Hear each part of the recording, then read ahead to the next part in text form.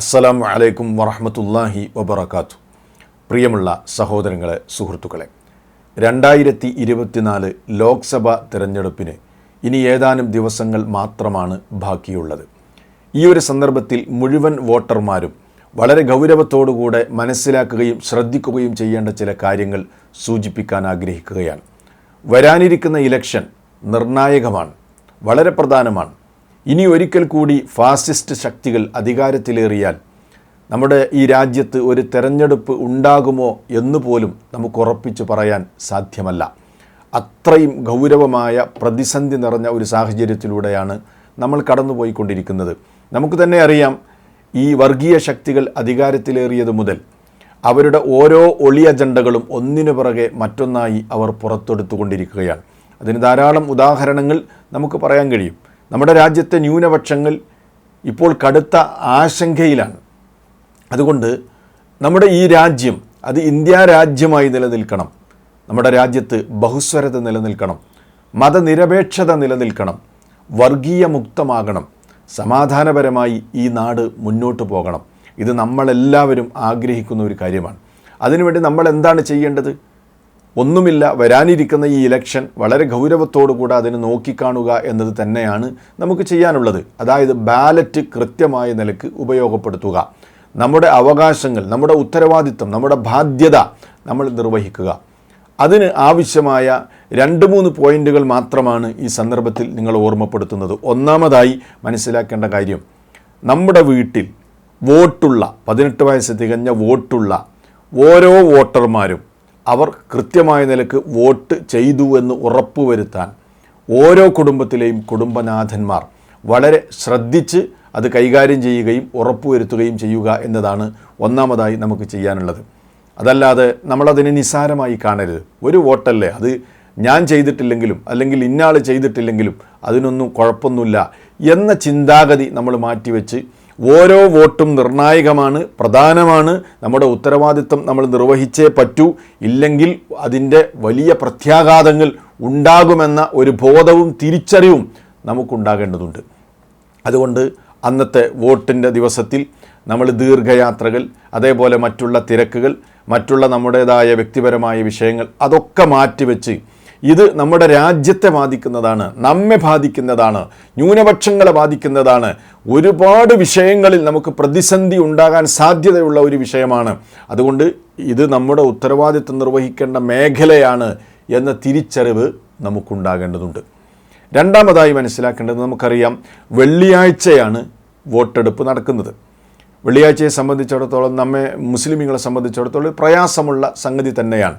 പക്ഷേ എങ്കിൽ പോലും നമ്മളതിനെ വളരെ കൃത്യമായ പ്ലാനിങ്ങോടുകൂടെ കൈകാര്യം ചെയ്യാൻ നമുക്ക് സാധിക്കേണ്ടതുണ്ട്. അതുകൊണ്ട് നമ്മൾ എന്താണ് ചെയ്യേണ്ടത്? വെള്ളിയാഴ്ചയാണ് വോട്ട്, നേരത്തെ തന്നെ ഫജ്ർ നമസ്കാരം കഴിഞ്ഞ ഉടനെ തന്നെ വോട്ട് ചെയ്യാൻ എല്ലാവരും ശ്രദ്ധിക്കുക.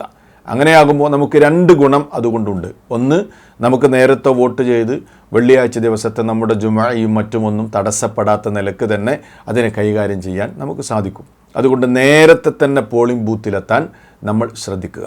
മറ്റൊരു ഗുണവും കൂടെ അതുകൊണ്ടുണ്ട്. അതായത് കള്ള വോട്ടിനെ പരമാവധി നിയന്ത്രിക്കാൻ നമുക്ക് സാധിക്കും. നമ്മൾ നമ്മുടെ ഉത്തരവാദിത്വം നേരത്തെ തന്നെ പോയി നിർവഹിക്കുക. അതല്ലാതെ അതിനെങ്ങനെ പിന്തിപ്പിക്കുക, ജുമഅ കഴിഞ്ഞിട്ടാവാം എന്നൊക്കെ പറഞ്ഞ് അതിനെ ലാസ്റ്റിലേക്ക് വെക്കാതെ വേഗത്തിൽ തന്നെ നമ്മുടെ ഉത്തരവാദിത്വം നിർവഹിക്കാൻ നമ്മൾ ശ്രദ്ധിക്കേണ്ടതുണ്ട്. ഇനിയോ, വോട്ടുമായി ബന്ധപ്പെട്ട അതിൻ്റെ ഉദ്യോഗസ്ഥന്മാരുണ്ടാകുമല്ലോ, അവരെ സംബന്ധിച്ചിടത്തോളം അവരിൽ പലരും യാത്ര ചെയ്തുകൊണ്ടാണ് അവരുടെ ഡ്യൂട്ടിക്ക് അവരെത്തുന്നത്. അവരെ സംബന്ധിച്ചിടത്തോളം യാത്രക്കാരാണ്. അതുകൊണ്ട് തന്നെ അവർക്ക് ജുമഅ നിർബന്ധമാവുകയില്ല. ഇനി യാത്രക്കാരല്ലാത്തവരുണ്ടെങ്കിൽ തന്നെ അവർ നിർബന്ധമായും ആ ഡ്യൂട്ടിക്ക് അവിടെ അറ്റൻഡ് ചെയ്യേണ്ടവരായതുകൊണ്ട് തന്നെ അവർക്ക് മതം ഉദ്ർ നൽകുന്നുണ്ട്. അതുകൊണ്ട് അങ്ങനെയുള്ള ആളുകൾ ളുഹ്ർ നിസ്കരിക്കുക. യാത്രക്കാരാണെങ്കിൽ അവർക്ക് ജമ്മും കസറുമായി, ളുഹ്റും അസറും ജമ്മും കസറുമായി അവർക്ക് നിർവഹിക്കാവുന്നതാണ്. ബാക്കിയുള്ളവരെല്ലാം ജുമഅ കൃത്യമായി നിർവഹിക്കുകയും നമ്മുടെ ഉത്തരവാദിത്വം കൃത്യമായ നിലക്ക് നേരത്തെ തന്നെ നമ്മൾ എന്ത് ചെയ്യുക, അത് ഉപയോഗപ്പെടുത്തുകയും ചെയ്യുക. മൂന്നാമതായി നമ്മൾ മനസ്സിലാക്കേണ്ടത്, ബാലറ്റ് യൂണിറ്റിൽ വിരലമർത്താൻ വേണ്ടി നമ്മൾ ചെല്ലുന്ന സമയത്ത് ബാലറ്റ് യൂണിറ്റിൽ നാം ഉദ്ദേശിക്കുന്ന സ്ഥാനാർത്ഥിയുടെ ചിഹ്നം നമ്മൾ ഉറപ്പുവരുത്തുക. കാരണം പലപ്പോഴും പല ബാലറ്റ് യൂണിറ്റുകളിലും ചിലപ്പോൾ ചിത്രങ്ങളും അതേപോലെ ചിഹ്നങ്ങളൊന്നും കൃത്യമായ നിലക്ക് തെളിഞ്ഞു കണ്ടോളണമെന്നില്ല. വളരെ റയറായി അങ്ങനെ സംഭവിക്കാം. അതുകൊണ്ട് തന്നെ ആദ്യം അത് നമ്മൾ ഉറപ്പുവരുത്തുക. രണ്ടാമതായി, നമ്മൾ വോട്ട് രേഖപ്പെടുത്തി കഴിഞ്ഞാൽ തൊട്ടപ്പുറത്തുള്ള VVPAT യന്ത്രമുണ്ട്. ആ VVPAT യന്ത്രത്തിൽ നാം ഉദ്ദേശിച്ച സ്ഥാനാർത്ഥിക്ക് തന്നെയാണ് നാം വോട്ട് ചെയ്തത് എന്ന് നമ്മൾ ഉറപ്പുവരുത്തണം. എല്ലാവരും വളരെ ഗൗരവമായി മനസ്സിലാക്കേണ്ട ഒരു കാര്യമാണ്. അതായത് നമ്മൾ ഉദ്ദേശിക്കുന്ന സ്ഥാനാർത്ഥിക്ക് ബാലറ്റ് യൂണിറ്റിൽ ആ ചിഹ്നത്തിൽ നമ്മൾ വിരലമർത്തി കഴിഞ്ഞാൽ ആ സമയത്ത് തന്നെ തൊട്ടപ്പുറത്തുള്ള VVPAT യന്ത്രത്തിൽ നമ്മൾ നോക്കിക്കഴിഞ്ഞാൽ ഒരു സ്ലിപ്പ് അവിടെ പ്രിൻ്റ് ചെയ്യപ്പെടുന്നത് കാണാം. അത് 7 സെക്കൻഡ് മാത്രമാണ് ഡിസ്പ്ലേയിൽ ഉണ്ടാകുക. അപ്പോൾ പെട്ടെന്ന് നമ്മൾ അതിലേക്ക് നോക്കി ഉറപ്പുവരുത്തണം. നിങ്ങൾ ഈ കാണുന്നത് പോലെ ആയിരിക്കും. നമ്മളിങ്ങനെ ബാലറ്റ് യൂണിറ്റിൽ വിരലമർത്തി കഴിഞ്ഞാൽ കണ്ടോ, ഒരു സ്ലിപ്പ് അവിടെ പ്രിൻ്റ് ചെയ്യപ്പെടും. നമ്മൾ ഏതൊരു സ്ഥാനാർത്ഥിക്കാണോ വോട്ട് ചെയ്തത് ആ സ്ലിപ്പാണ് അവിടെ പ്രിൻ്റ് ചെയ്യപ്പെടുക. അത് 7 സെക്കൻഡ് മാത്രമാണ് ഡിസ്പ്ലേയിൽ നിൽക്കുക, പിന്നീട് അത് താഴേക്ക് വീഴും. അപ്പോൾ അതുകൊണ്ട് അങ്ങനെ അത് കൃത്യമായ നിലയ്ക്ക് നമ്മൾ ഉറപ്പുവരുത്തിയതിന് ശേഷമാണ് പോളിംഗ് ബൂത്ത് നമ്മൾ വിടേണ്ടത്. അല്ലെങ്കിൽ അവിടെ നിന്ന് നമ്മൾ തിരിച്ചു പോരേണ്ടത്.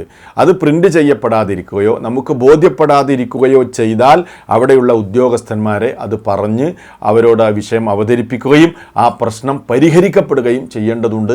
അതിനുശേഷം മാത്രമാണ് മറ്റൊരാൾ വോട്ട് ചെയ്യേണ്ടത്. ഇത്രയും കാര്യങ്ങൾ ഈ ഇലക്ഷനുമായി ബന്ധപ്പെട്ട് നമ്മൾ ഗൗരവമായി മനസ്സിലാക്കേണ്ട സംഗതികളാണ്. ഇതിലൊരിക്കലും നമ്മൾ നമ്മുടെ ഉത്തരവാദിത്തത്തിൽ വീഴ്ച വരുത്തരുത്. ഗൗരവമായി ഈ വിഷയത്തെ നോക്കിക്കാണണമെന്ന് ഒന്നുകൂടെ നിങ്ങളോട് ആവശ്യപ്പെടുകയാണ്. ഈ ഒരു മെസ്സേജ് പരമാവധി എല്ലാ ഗ്രൂപ്പുകളിലേക്കും നിങ്ങളുമായി ബന്ധപ്പെട്ടവരിലേക്കുമൊക്കെ നിങ്ങൾ ഷെയർ ചെയ്യണം എന്നുകൂടി ഈ സന്ദർഭത്തിൽ ആവശ്യപ്പെടുന്നു. അല്ലാഹു സുബ്ഹാനഹു വ തആല അവൻ്റേതായ എല്ലാ നിലക്കുള്ള സഹായവും നമുക്ക് നൽകുമാറാകട്ടെ. വസ്സലാമു അലൈക്കും വറഹ്മത്തുള്ളാഹി വബറകാതുഹു.